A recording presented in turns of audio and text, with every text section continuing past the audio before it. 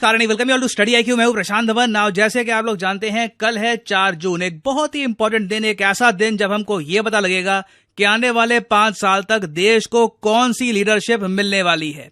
Now बहुत ही कम होता है, एक्चुअली इतिहास में पहली बार हम देख रहे हैं कि वोट्स की काउंटिंग से पहले इलेक्शन कमीशन ऑफ इंडिया एक प्रेस कॉन्फ्रेंस करे और बहुत सारे इंपॉर्टेंट इश्यूज को एड्रेस करे। अभी आपको दिखाऊंगा वैसे, मगर इलेक्शन कमीशन ऑफ इंडिया ने सबसे इंपॉर्टेंट बात तो यहां पर यह कही है कि इंडिया ने वर्ल्ड रिकॉर्ड क्रिएट किया है वोटर टर्नआउट के मामले में।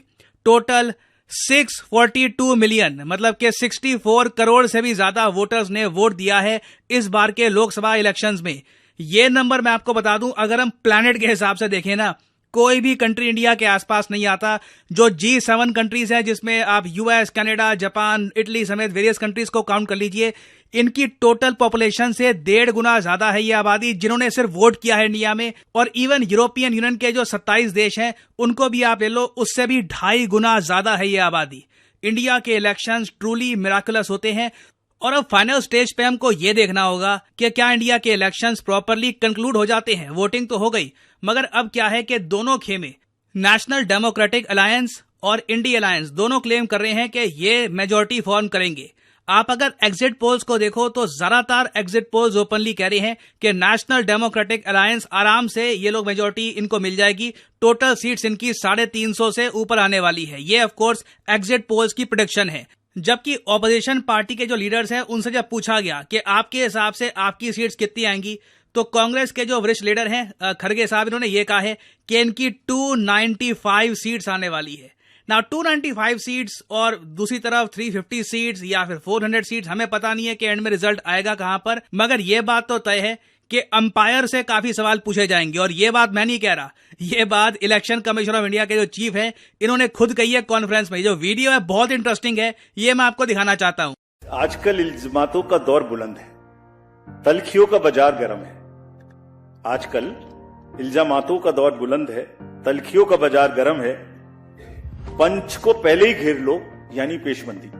जो एम्पायर है उसको पकड़ लो पहले से, पेशबंदी कर लो जिससे वो बोल ही ना पाए। पंच को पहले ही घेर लो यानी पेशबंदी। मंजूर है इल्जाम लगाओ हम पर, शर्त इतनी कि साथ में सबूत भी हो। मंजूर है इल्जाम तो लगाओ मगर शर्त इतनी कि साथ सबूत भी हो। गोया कोई तो बात है, गोया कोई तो बात है। हर बार मुद्दई वही, कचहरी वही, गवाह कोई नहीं। गम का इलाज, शक का इलाज तो हकीम लुकमान के पास भी नहीं। ये जो लास्ट में चीफ इलेक्शन कमिश्नर ने जो लाइन बोली है ना कि शक का कोई इलाज नहीं है, बहुत पुरानी कहावत है कि दुनिया में हर बीमारी का इलाज आपको मिल जाएगा, मगर किसी को अगर शक है, डाउट है कि ये सही से नहीं हुआ, तो उसका देखिए कोई इलाज है नहीं। और देखना यही होगा कि 4 जून को जो रिजल्ट्स आएंगे, क्या ये ओपनली एक्सेप्ट कर लिए जाते हैं या फिर यहां पर डाउट प्रेजेंट किया जाता है। क्योंकि ये अब ट्रेंड बन गया है ग्लोबली। चाहे आप USA देख लीजिए, यूरोप के कई देश देख लीजिए, वहां पर इलेक्शंस के बाद ना जो पार्टी हारती है वो थोड़ा बहुत उंगली उठाती है कि देखिए इलेक्शन थोड़े सही से नहीं हुए, यहां पर ये कमी रह गई, ये कमी रह गई, ये हम कर सकते थे। तो again election commission of India, जो अंपायर आप कह लीजिए इस इलेक्शन के हैं, ये काफी प्रेशर में है और इसलिए इन्होंने वोट की काउंटिंग से एक दिन पहले ही ये प्रेस कॉन्फ्रेंस करी है। ये जो क्लिप है 19 सेकंड्स की, ये भी देखिए। आयोग सच्चाई को सामने लाने के अलावा कुछ नहीं करता। आपके घर जाता है, आपका वोट बनाता है, आपकी मुरब्बत करता है कि आइए वोट डालने आइए, आपकी व्यवस्था करता है पोलिंग स्टेशन पे कि डालिए। ऐसा नहीं करता कि कोई इधर से उधर कर दे। ये सब इलेक्शंस का व्यवस्था एक बहुत तरीके से है और उस प्रोसेस को हम मिड में चेंज नहीं कर सकते। ये बहुत ही इंपॉर्टेंट इन्होंने यहाँ पर बात कही है कि इलेक्शन कमीशन ऑफ इंडिया कोई इधर से उधर कुछ नहीं करता, बस प्रॉपर तरीके से जो वोट है उनको रजिस्टर करता है। अब क्वेश्चन यहाँ पर यही आता है कि जब रिजल्ट आएगा, क्योंकि अब देखो दोनों साइड जो है वो लोग अपनी साइड से कह रहे हैं कि हमारी कन्विंसिंग जीत होगी। जो इंडी अलायंस है वो 295 कह रहे हैं कि मेजॉरिटी से काफी आगे ही हमारे नंबर्स आने वाले हैं। तो अगर मान लीजिए जो एग्जिट पोल का रिजल्ट है वो सामने आ जाता है, तो उनके लिए एक्सेप्ट करना काफी मुश्किल होगा कि जहां पे वो कह रहे थे कि 295 सीट्स आ रही थी, एक्चुअली में जो सीट्स हैं 150 के आसपास या 100 के आसपास आती है। That will be quite shocking.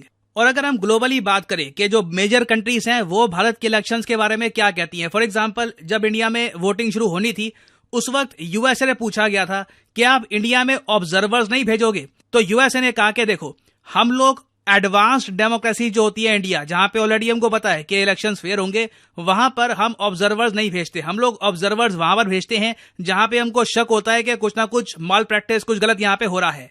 और फिर यूएसए के बाद अगर हम देखें चाइना को, चाइना का ग्लोबल टाइम्स जब इंडिया के इलेक्शंस पे कमेंट करता है तो इंडिया में न्यूज बनती है। आपने देखा होगा इंडिया में बहुत सारे आर्टिकल्स पब्लिश हुए थे कि मोदी सरकार के लगातार तीसरे कार्यकाल की संभावना पर क्या बोला चीन। नाउ ऑफ कोर्स चीन से इनका मतलब है ग्लोबल टाइम्स, क्योंकि ग्लोबल टाइम्स माना जाता है काफी हद तक एक सरकारी माउथपीस ही है चाइना का। तो इन्होंने एक आर्टिकल पब्लिश किया जहां पर ये कह रहे हैं कि पोल्स दिखा रहे हैं कि पीएम मोदी मोस्ट प्रोबेबली अपनी थर्ड टर्म में वापस आ जाएंगे। और इन्होंने आगे ये भी कहा है, इनके हिसाब से जो इनकी प्रेडिक्शन है, कि तीसरी टर्म जो होगी पीएम मोदी की, उसमें इंडिया चाइना के रिलेशंस में इंप्रूवमेंट दिखेगी। नाउ अगेन ग्राउंड लेवल पे क्या होता है क्या नहीं होता मुझे पता नहीं, बट ये चाइना का रिएक्शन है। नाउ यूएस चाइना के बाद अगर हम यूरोप पे देखें, जर्मनी एक बहुत इंपॉर्टेंट कंट्री है। जर्मनी ने ओपनली कांग्रेचुलेट किया है इंडिया को कि आपने दुनिया का सबसे बड़ा इलेक्शन सक्सेसफुली कंडक्ट किया है। तो ये भी अपनी तरफ से कह रहे हैं कि हमें कुछ धांधली का कुछ यहाँ पे साइन लग नहीं रहा, एक प्रॉपर तरीके से इलेक्शन इंडिया में कंक्लूड हो चुका है। तो अगेन इंटरनेशनल रिएक्शन जो है इंडिया के इलेक्शन को लेकर, ये मैंने आपको बता दिया। अब देखना ये होगा कि 4 जून को क्या होता है, क्या दृश्य सामने आते हैं, जो रिजल्ट्स हैं कैसे उनको एक्सेप्ट किया जाता है। This will be very interesting to see. तो कल देखिए जो भी रिजल्ट्स आते हैं उसके बारे में मैं आपके लिए एक अपडेटेड वीडियो बाद में ले आऊंगा। नाउ फाइनली यहां पे मैं आपसे पूछूंगा एक क्वेश्चन। ये जो नाम है क्लाउडिया शेनबाउम, ये आजकल काफी न्यूज में है। ये एक नोबेल प्राइज विनर है और अब ये एक कंट्री की पहली फीमेल प्रेसिडेंट बन चुकी हैं। क्या करियर है इनका, आपको बताना है कि किस कंट्री की प्रेसिडेंट ये रिसेंटली बनी है। ये है यहाँ पे आपकी ऑप्शंस, नॉर्वे, मैक्सिको, कोलंबिया या फिर क्यूबा।